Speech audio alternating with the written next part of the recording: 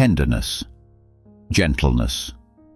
Walk with me. Many of the people we work with seem to arrive at the same crossroads from different directions. What about the heart? Some carry the theme of self-value. Some carry the theme of proving themselves. Some carry the burden of not feeling emotionally safe.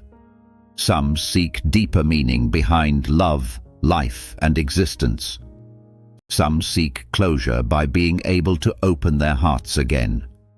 Yet they all seem to arrive at a remarkably similar invitation. Can I become gentle with myself before I ask the world to be gentle with me? Gentleness in the form of tenderness, or moreover, self-tenderness. And I think tenderness is an even more beautiful word than self-love. We often hear self-love as something we should achieve. Tenderness asks for almost nothing. It says, can you hold yourself for one moment without trying to improve yourself? That is a completely different nervous system. Emotional safety isn't created by convincing ourselves we're safe. Emotional safety is created by repeatedly experiencing that our own heart does not abandon us. Every time we notice the thoughts, I'm scared, I'm ashamed, I'm disappointed, I'm exhausted. And instead of attacking ourselves, we simply whisper, come here, I see you. We strengthen our safety field. Fear didn't disappear. The relationship with it changed.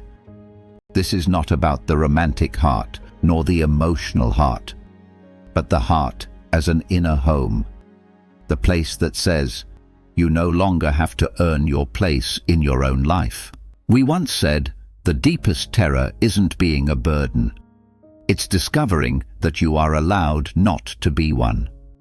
Perhaps the next step beyond that realization is this.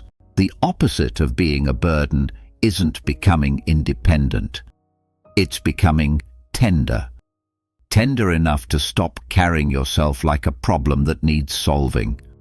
For someone who has lived through abandonment, parentification, or years of proving themselves, that may be one of the bravest things you will ever learn.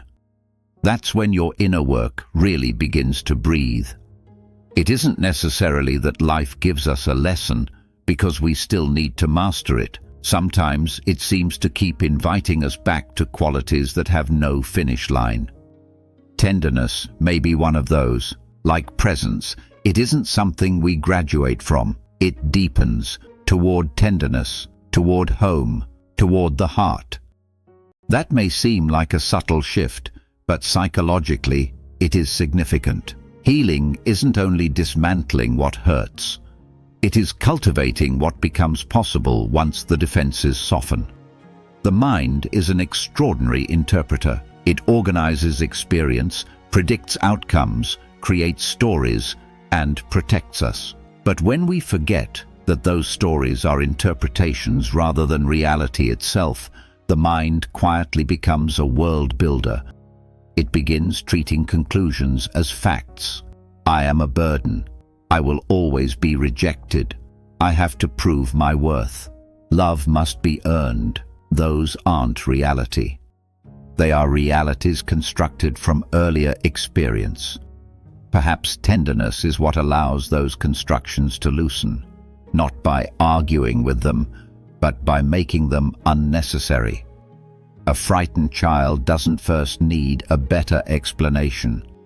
A frightened child first needs someone gentle enough that the explanation is no longer carrying the whole burden.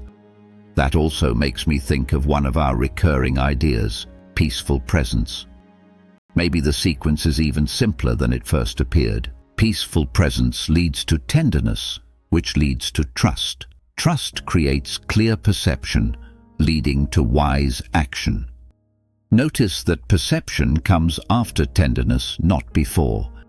Many of us try to think ourselves into a new perception, but a nervous system that doesn't feel safe will often reinterpret even the wisest insight through the lens of old protection. Tenderness changes the lens. Only then does perception naturally begin to change. The mind seeks certainty, the heart offers sanctuary. Healing begins the moment we stop asking the mind to become a home and allow the heart to become one instead. To me, that captures much of what we've been exploring, not an argument against the mind, but a restoration of its proper place. The mind becomes a remarkable servant when it no longer has to impersonate the heart. And perhaps that is the collective movement we sense. Not the rejection of thinking, but the end of asking the mind to provide what only the heart can, a lived sense of belonging, safety, and home.